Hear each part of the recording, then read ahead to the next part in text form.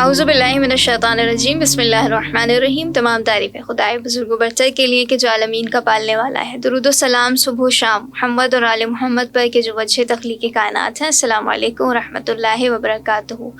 آپ دیکھ رہے ہیں پروگرام صحابیات، اور ہم پروگرام صحابیات آپ کی خدمت میں پیش کرتے ہیں اسی لیے کہ انسان کا مزاج ہے کہ انسان کمال کو پسند کرتا ہے، اور ہم دیکھ سکیں ان پروگرام کا مقصد یہی ہے کہ وہ خواتین جن کا تذکرہ ہم کر رہے ہیں ان کے کمالات کیا تھے کہ وہ ہمارے کردار تک آ سکیں۔ انشاءاللہ اسی نیت کے ساتھ ہم نے ان پروگرامز کا آغاز کیا ہے، اور آج جس شخصیت کا ہم تذکرہ کرنے لگے ہیں، تاریخ کی بہت ہی مشہور و معروف شخصیت، صدر اسلام کی مشہور اور معروف شخصیت کے حضور اکرم حضرت محمد مصطفیٰ صلی اللہ علیہ وآلہ وسلم نے آپ کا ذکر فرمایا، یہاں تک کہ جب آپ حیات نہیں تھیں، آپ کے دنیا سے گزر جانے کے بعد بھی آپ کو یاد کرتے رہے، اور فرمایا کرتے تھے کہ اے خدیجہ سلام اللہ علیہا، خداوند عالم دن میں کئی مرتبہ اپنے ملائکہ پر آپ پر فخر و مباحات کرتا ہے۔ کیا مقام اور کیا مرتبہ ہوگا جناب خدیجہ سلام اللہ علیہا کا، اور جناب خدیجہ سلام اللہ علیہا کی شخصیت سے ہم آج کے زمانے میں کیسے انسپائر ہو سکتے ہیں، اسی حوالے سے آج ہم بات کریں گے۔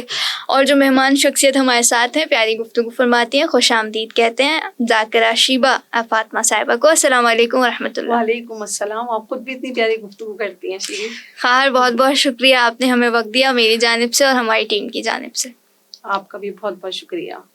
سب سے پہلا سوال میں آپ کی خدمت میں یہی رکھنا چاہوں گی، جناب خدیجہ سلام اللہ علیہا کا مقام، مرتبہ، اور پھر جب آپ زوجہ رسول نہیں تھی تو اس زمانے میں آپ کا کیا کردار تھا؟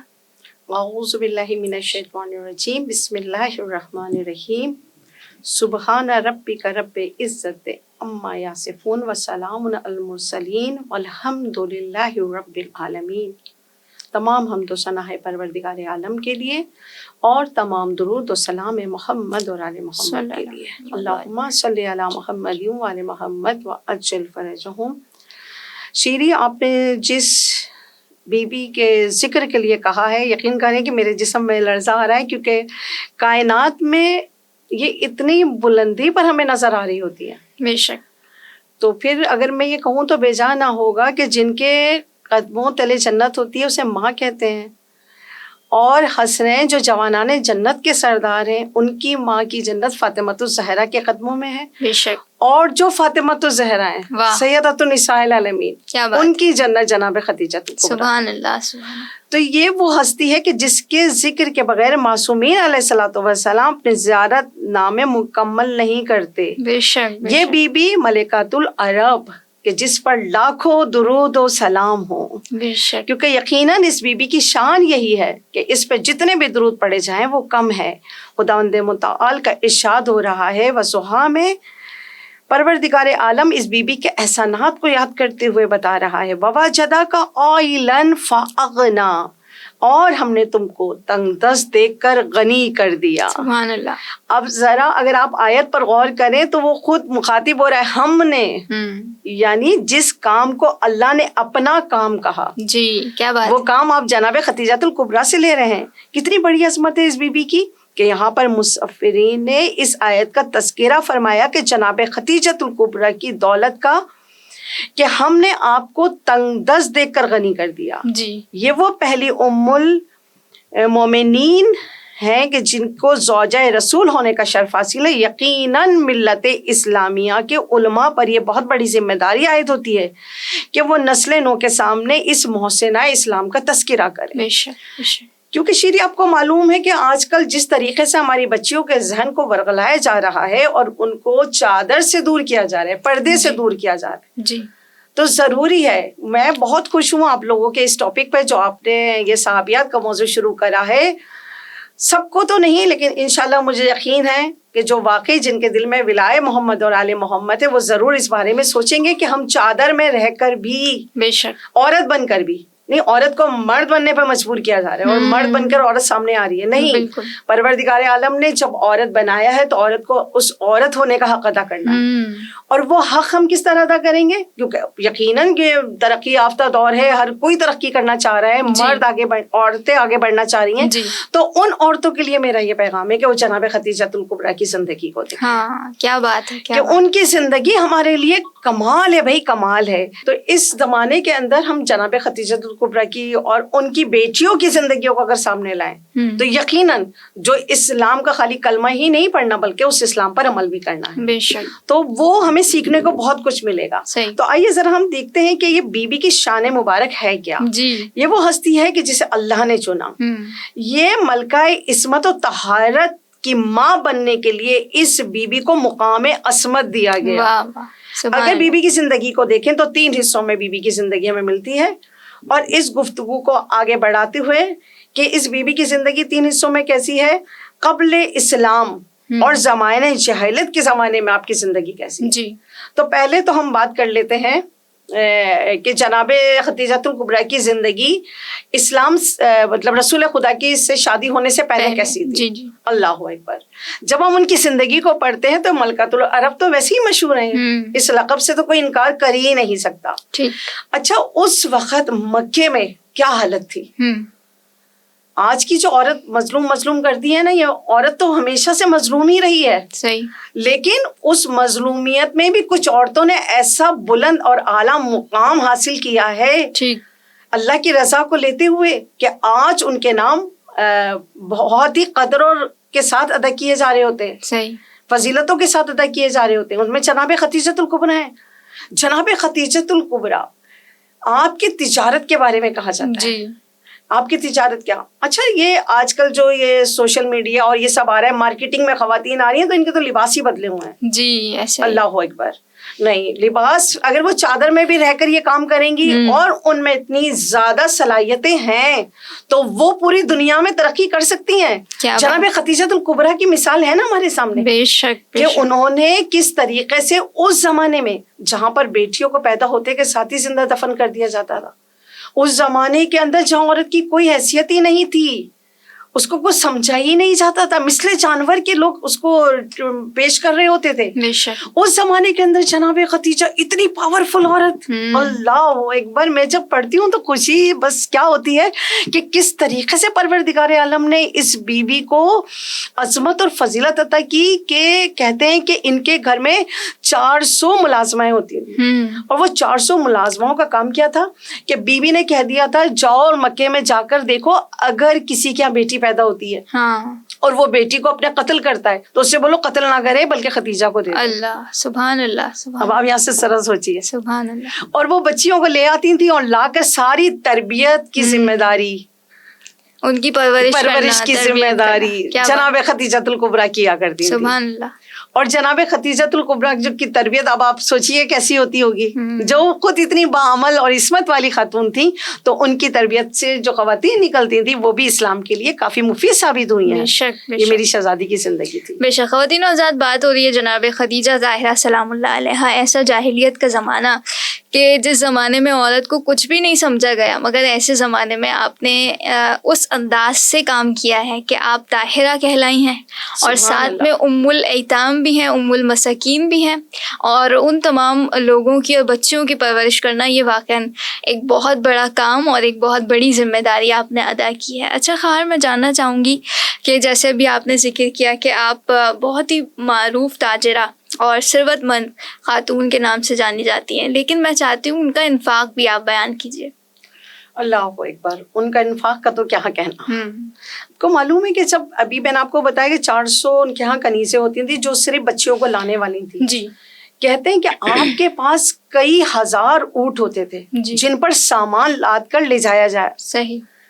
اور جب یہ اونٹ نکلتے تھے نا تو مطلب ایک اونٹ نکل رہا ہے تو دوسرا وہ مکے میں جا کر پہنچ رہا ہے, یعنی اتنی لمبی قطاریں ہوا کرتی تھیں ان اونٹوں کی جس پر مال لاد کر لے جایا جا رہا ہوتا. یعنی آپ کی تجارت کا ایک بڑا نیٹ ورک تھا. اور یہ نیٹ ورک اسی زمانے سے آج کل لوگوں تک پہنچا ہے. اچھا اس زمانے میں تو ایسا نہیں تھا نا بھائی لوڈنگ کر دی جائے جہازوں میں, پانی کے جہاز میں جا رہا ہے, ہوائی جہاز میں جا رہا ہے, لوڈنگ ہو رہی ہے جا رہا ہے, تو جتنا بھی مال جا رہا ہوتا تھا وہ اونٹوں پر ہی جا رہا ہوتا تھا. تو آپ کے یہ اتنے سارے اونٹ سامان کو لے کے جا رہے ہیں, اور لکھا ہوا ہے کہ راستے کے اندر جو مطلب یہ جو جا رہے ہوتے تھے جانور سامان لے کر, تو راستے کے اندر اس بی بی نے حکم دیا ہوا تھا کہ جگہ جگہ چروائے گائیں بنائی جائیں, صحرا بنائے جائیں, کیا بات, تاکہ جانور بھی بھوکے نہ رہیں اور جو ان کو لے جانے والے ہیں ان کے لیے بھی کھانے پینے کا انتظام. سبحان اللہ. یہ خرچہ کون کرتا تھا؟ سبحان اللہ, جناب خدیجہ الکبریٰ.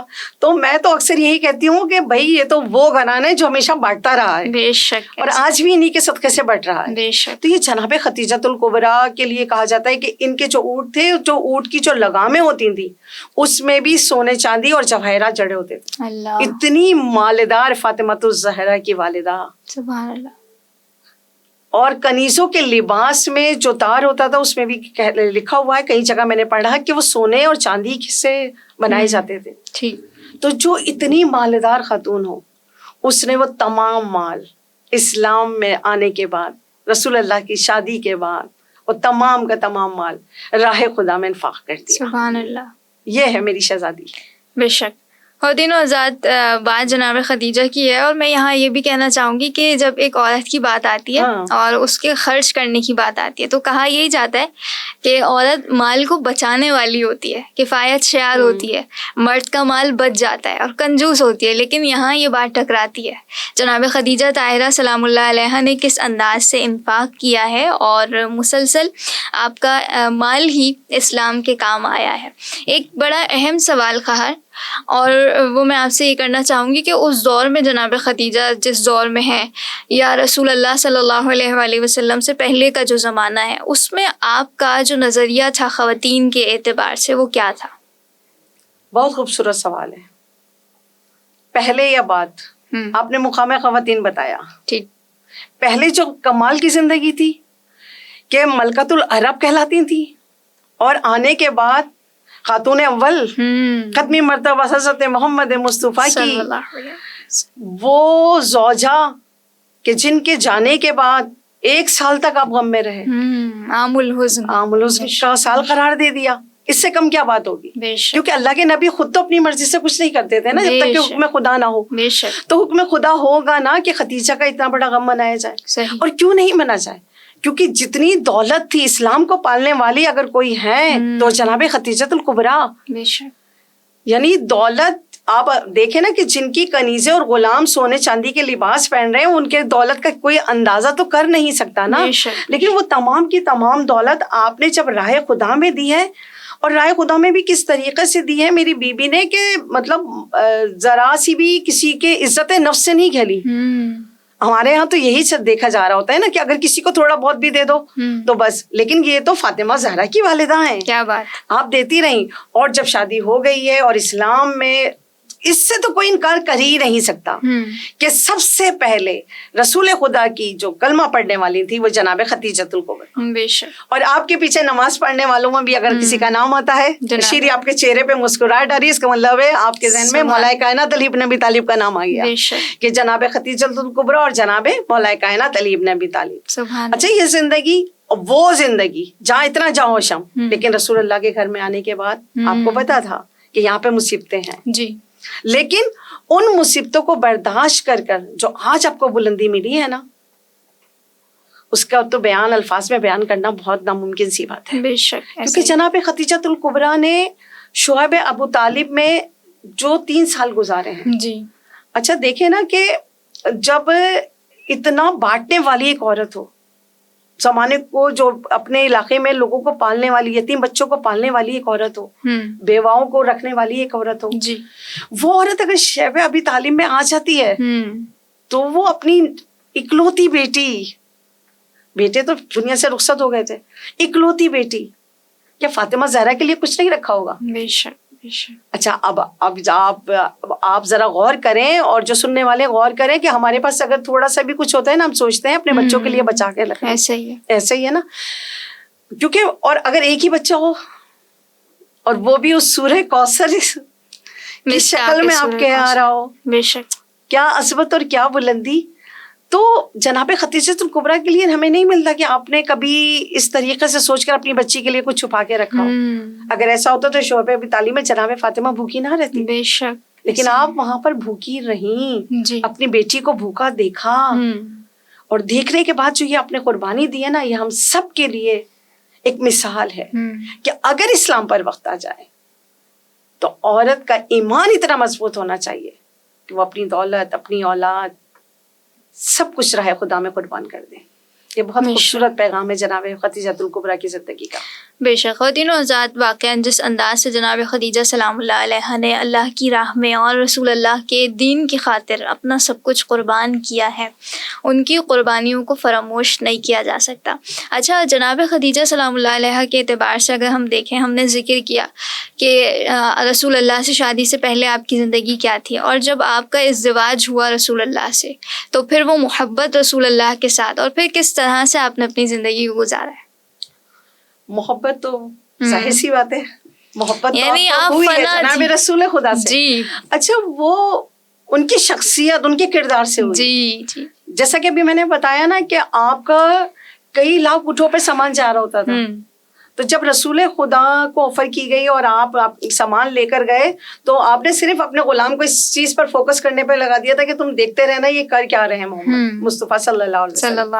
تو آنے کے بعد انہوں نے یہی کہا تھا کہ بی بی میں نے تو صرف ایمانداری کے سوا کچھ نہیں دیکھا, یہ تو امین ہے, صادق ہے, سچا ہے, جو بولتا ہے, امانت بھی ہے. واہ سبحان اللہ.